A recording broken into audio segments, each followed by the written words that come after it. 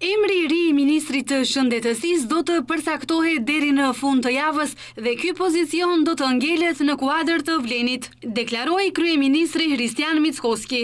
I pyetur edhe për rokada të tjera si dhe lidhur me kuadrot e Aleancës për shqiptarët, të cilët nuk janë bashkuar Taravarit pas largimit nga qeveria. Ai thotë se këto janë tema strategjike për të cilat do të diskutohet shtesë.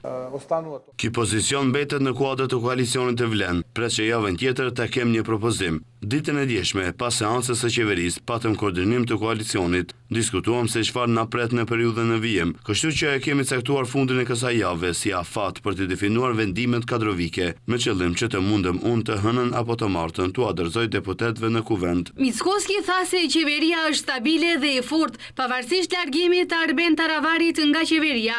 Ai potencoi se koalicioni me Vlenin do të vazhdojë. Qeveria është e qëndrueshme dhe e fortë, ka mbështetje prej gati 2/3 brenda parlamentit dhe unë pres që të vazhdoj me koalicionin Vlen, atje ku, do të thoja, doli ish-ministri i shëndetësisë, i cili për fat të keq që ndryshoi retorikën në këto ditë të fundit dhe tani është në përqafimet e atyre të cilët për 2 dekadat e fundit e kanë kriminalizuar shoqërinë, e kanë plaçkitur dhe turpëruar Maqedoninë, por ky është vendimi i tij.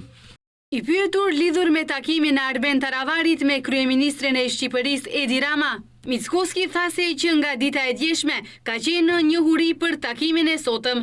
Mendoj se ndër tema që kanë diskutuar janë ndodhit në rajon, bashkëpunimi më i afërt mes dy vendeve.